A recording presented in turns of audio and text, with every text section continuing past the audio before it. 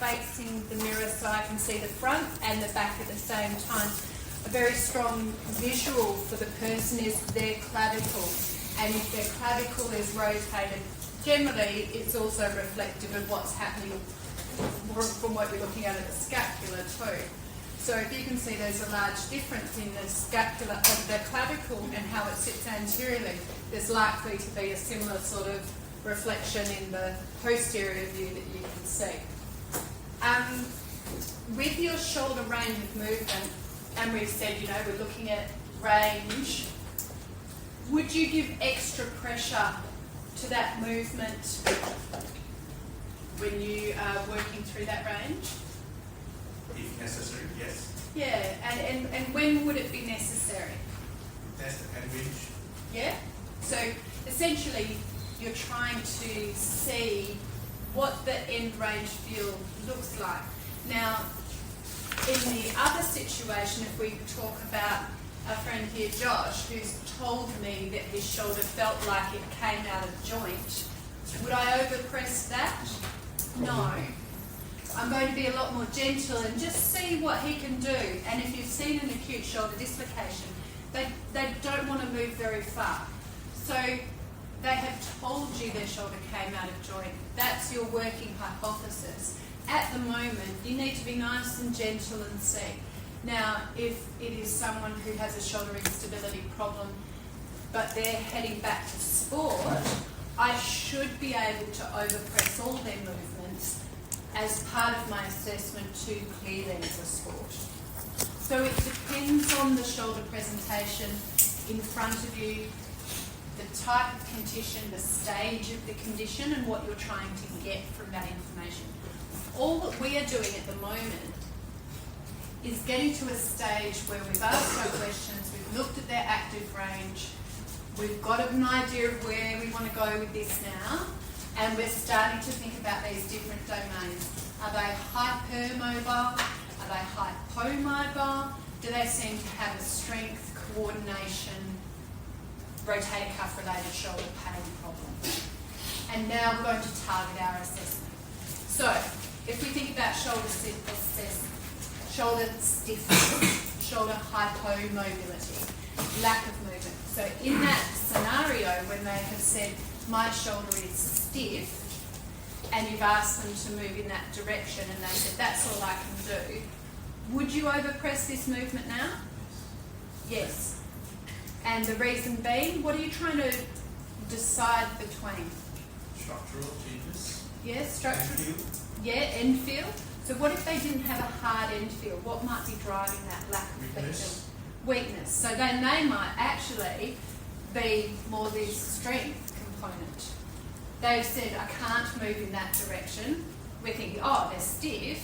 But then when they do that active range, when you give them overpressure, they can move a lot further. So there's a discrepancy between what their active range is like and potentially their passive range. So in a stiffness presentation, their active and their passive should feel the same. So if we start to think about pathologies, when we're talking about a stiff shoulder, what are we really talking about? So your big ticket items, what are you going to see most commonly, and how do you deal with that? So frozen shoulder. The exact cause of frozen shoulder is unknown. So it's an idiopathic shoulder. It can be after an injury, some sort of trauma, some sort of fall that's precipitated it. It can be a post-surgical complication, or it can happen for no clear reason. It's usually it's characterized as inflammation, fibrosis of the capsule, and contracture, so the tissue itself becomes much less flexible to movement and stretch. It's associated with genetic conditions, endocrine disorders such as diabetes and thyroid problems. It's also associated with high cholesterol. Not so much if you're on medication. If you have medication controlling the cholesterol, then your risk factors go down. Usually occurs in 50 to 60-year-olds, and it is females more than males. in my clinical practice, I don't know if it's just the population that I see, it's almost all females, except for men who have a concurrent medical condition. And I don't know, we don't know the exact role that menopause plays in this, but I have also heard it termed menopause shoulder. So we don't know what are our hormones doing and whether that predisposes you to that sort of problem. I can say that to my male patients. Yeah, don't. I'll just warn you now. Don't. However, I do have a laugh with my female patients and say, I'm sorry, I don't know what's going on here, potentially. Okay. So it's characterised by loss of range of movement. Which direction will they report loss of range in first? Or which will you notice? External. External and flexion in that sort of degree. Pain at rest. So we immediately, we're talking about our questioning. Does it hurt at rest? Yes. Okay, so what is going on there? Why is there this background hum of something that's irritating the shoulder and giving shoulder pain? Pain at night, particularly in the painful status that we'll talk about in a minute. So the range is typically between 6 months and 2 years. The research says that it's a little bit longer. Some people are very fortunate to have a short, mild capsulitis reaction. Other people it's painful, stiff and prolonged. Again, I think frozen shoulder is on a spectrum. You know how we talked about bursitis and it being the lower end and a more significant bursitis that requires intervention. You can have a capsular reaction, we'll call that frozen shoulder, but on the very mild end, and it can be managed a little bit more aggressively into shoulder exercise and movement and responds quite well. But it is on a spectrum and you have to deal with the person in front of you and how it presents and reacts to what you do. A longer frozen phase may be associated with a longer coming out of it into the thawing phase as well, so extending the time. So if we talk about a healthy shoulder, and you can see this lovely white tissue and showing you the synovium and the capsule of the shoulder.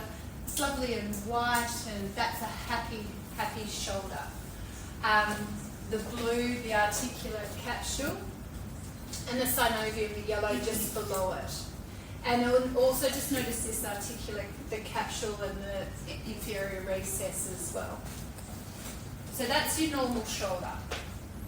Then for unknown reasons, we start to get this inflammatory cell infiltrate. We get increased cytokine secretion, increased reaction of the shoulder itself, and you'll notice that this synovium becomes thicker and the capsule here starts to actually become more fibrotic. And then you end up in this late stage frozen shoulder. So now the synovium isn't the thick part, it's actually the capsule itself. It's red and angry. It's got a lot of neovascularization, little blood vessels going in there. It's got lots of new nerve fibers, neuralization as well. More fibroblast activity, so making it less stretchy. So the actual tissue itself undergoes a change. It's contracted. That axillary recess, that extra space within the capsule, has now reduced. So it's a physiological change. The interesting thing with the fibroblasts in this frozen shoulder stage and the changes within the articular capsule, it actually has a negative reaction if you mobilise it too much. It tends to increase the activity of those substances contributing to the frozen shoulder pain and stiffness. So in the early stages of frozen shoulder, you will actually make someone's shoulder worse if you mobilise or get them to do stretches and strong activities around the shoulder. Later, it will respond positively to mobilisation and stretching. But in the early stages, it will actually exacerbate the condition. Is there a recovery of this stage? Yes, so this to is back to normal? yeah, so it does go back to normal, and so it doesn't look red and angry like that anymore, and the articular capsular thickening will settle down. Some people report very long-term, years, 5-10 years. They still have some restriction in range tightness. So it may not be completely back to normal, but it does resolve. And it is important that you understand this condition because of the time span of that recovery process. People really need to understand what is going on with their shoulder and what is going to happen, because very often the GP will just say to them, so you all call your doctors GPs, sorry I'm shortening, general practitioners, their doctors will often say, oh, you've got frozen shoulder, it'll take 2 years, and then that is all that they tell them. So part of the issue and part of the effect of frozen shoulder is people don't have any idea how long this very painful condition is going to last, and don't have any hope for how I'm going to get better. So it's your job, where you're spending more time with them, to actually get that story across. This is what's happening, it will resolve, we don't know how long it will take, these are your best treatment options. So it starts this stage 1 where you have the inflammatory process begin. So the blue line is the range of movement, the mobility. And you can see in this first stage, the range of movement is still actually quite high, and it declines as the stiffness starts to become more apparent. But the pain level is the part that's going up. So someone presents in this stage, the difficulty that you have is they often present with an increasingly painful shoulder, but quite good range of movement. Might feel a little bit stiff in external rotation, but not very much. And it's very difficult in the very early stages of a frozen shoulder to differentiate between that and a rotator cuff related shoulder pain. It is not uncommon for it to be missed early. And that's because it doesn't have any clear tests, it doesn't have any clear features that would differentiate it. You could have night pain from rotator cuff related shoulder pain with a bit of bursitis that hurts to lay on it. That's not uncommon either, is it? So early stages it's hard to tell, and it's not, you shouldn't feel bad if you miss that, because that's early stages. However, over time, when they're coming to see you, I've done my exercise, it just seems to be getting worse. And they're not resolving as you expect. They're not responding to the exercises as you would expect. And you notice that they start to tighten up with their range of movement. All of a sudden, their range of movement, which was 60 out here, has now come back into 40, and it's different compared to that side. Or they're a bit tighter end range abduction, or 160 instead of 180. So it's a gradual process that you may see over a few visits, and then you go, okay, I think there's something else going on here as well. Yeah, you say that it's not good to do mobilization during the first early stage. But what if you couldn't decide whether it's a rotator cuff or whether it's a frozen? Are you going to make it worse? So what you might do is you might go, okay, let's see if it's a bit tight, let's mobilise it.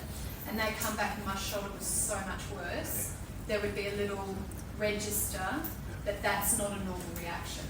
So then you'd start to be thinking, okay, maybe it's actually an early stage frozen shoulder. Yeah.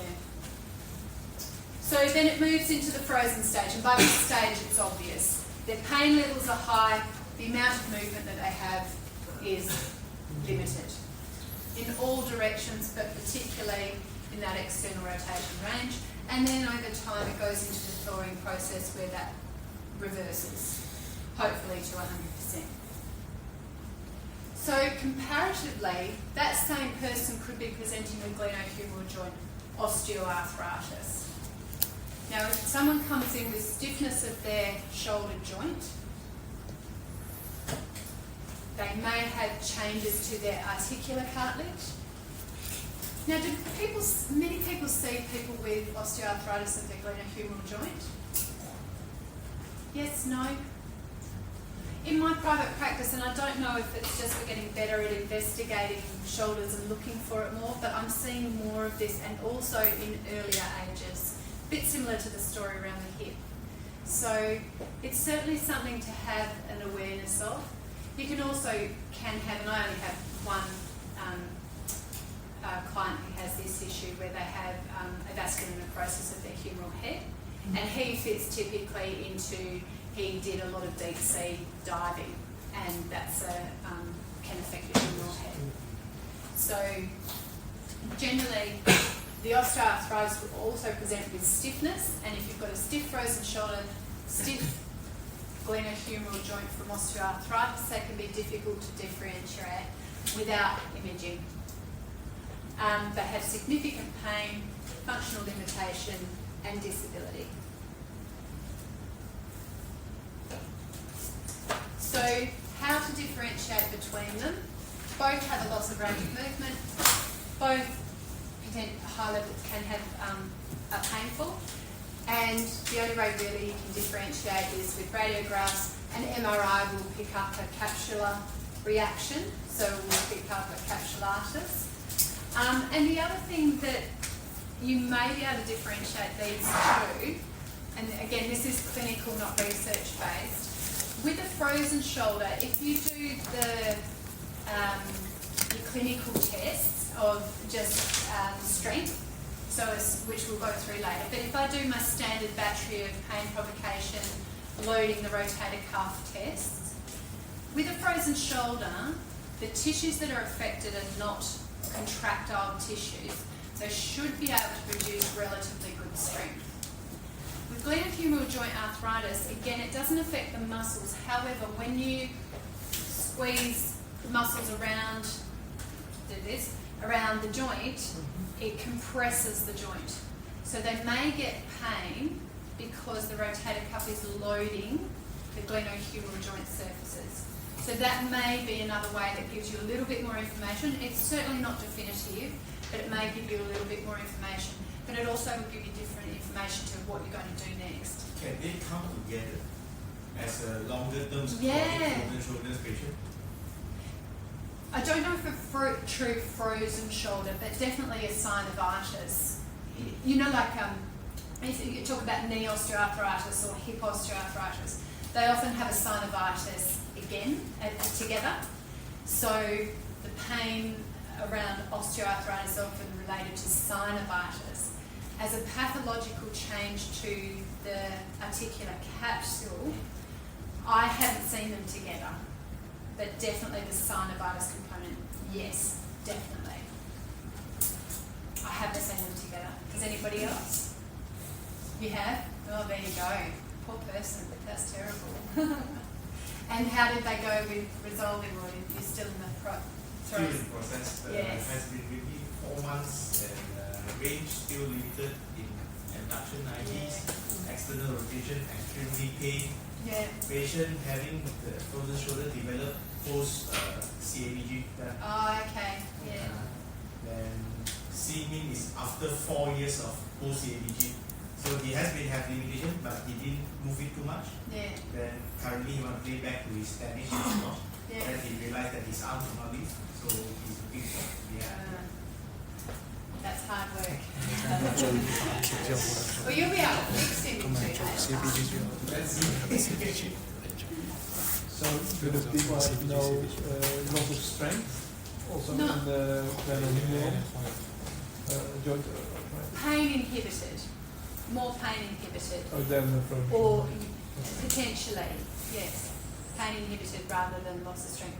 Or as we'll talk about, like with they're just not using their arm very much, so they're deconditioned. You can get that in both the frozen shoulder and the osteoarthritis. and at night sleep, is it the same pain as the frozen shoulder pain? So with the frozen shoulder, it tends to be quite high levels of inflammatory pain. So night pain is a real hallmark of frozen shoulder, Yeah. but you can also get night pain with an osteoarthritis shoulder too. Maybe the pain levels are higher with frozen shoulder in the early stages, maybe, but it's not definitive enough that we can really say, oh, that's it. It Yeah. could be a very painful osteoarthritis shoulder too. So, there are key pathologies that we're talking about, but they're not the only cause of stiffness of the shoulder. So we want to investigate different components of stiffness around the shoulder to see if we can change it. So first of all, with the stiffness, in these ones, generally there's not an injury, there's not a moment in time. There may be a gradual onset after an event, but they didn't fall and then their shoulder was stiff. It's a fall and then gradually their shoulder became stiffer, whether it aggravated an osteoarthritis, whether it started a cascade of events for frozen shoulder. The pain or the loss of movement is consistent in direction. So if we're talking about the two conditions that we were talking about just then, it's generally quite global. But you can also have loss of movement in a direction related to a stiff muscle or a stiff joint. So, for example, if we're talking, say, pec minor, if that's tight, maybe it limits your external rotation. Everything else should be fine, and then if you release that, it should help. Does that make sense? So there are, while I'm giving you the key pathologies, there are other causes of stiffness, and we want to address those to see if we can help. And there are also ways that you can also facilitate some extra movement with the osteoarthritis and the frozen shoulder. Generally, in shoulder stiffness patients, because it's not affecting the ability of the muscles and the rotator cuff around the shoulder to work, they are strong, or they can initiate strength in the positions that are comfortable for them.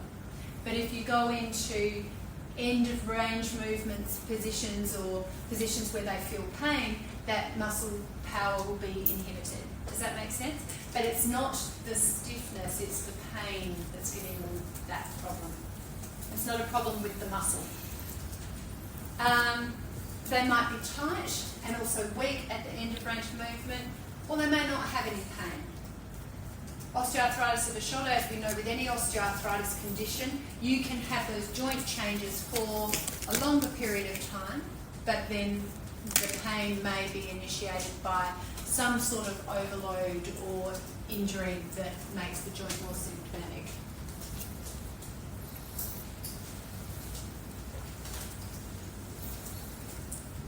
So, in this case, we're going to look at a range of movement, and we're going to compare their active and their passive ranges of movement. We want to know, is it a global loss of range, or is it in one direction? And can we facilitate movement in that loss of direction? We're looking at shoulder external rotation, and we're going to do our muscle length test to see if they are the restricting factors.